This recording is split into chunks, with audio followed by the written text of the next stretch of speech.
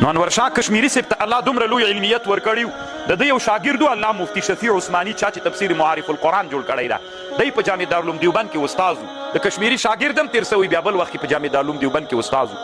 و یو ورځ انور شاه کشمیری رحمه الله مطالعه کړې وله پاس درېیم منزل کې راوتلی و داسې کټاره ده دلته ولاړ ده مفتی شفیع صاحب کته کوټه کې ده نو هغه راووته داسې چې راووته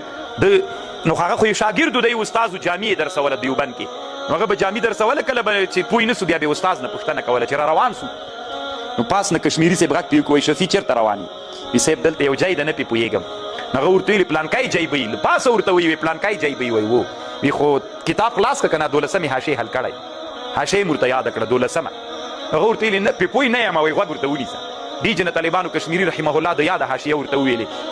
صرف کشمیري رحمه الله چې ورته ویلې الله عز وجل دی هلته پوه بس کتاب یې پټ که پوه سم بیرته روان شي تکلیف څه کوي چې پاس راخیږي دومره لوی برکت الله کې ایښی و چې د استاز د خولې نه عبارت واورېده په مطلب باندې پوه دا هغه علامه انور شاه کشمیري و رحمه الله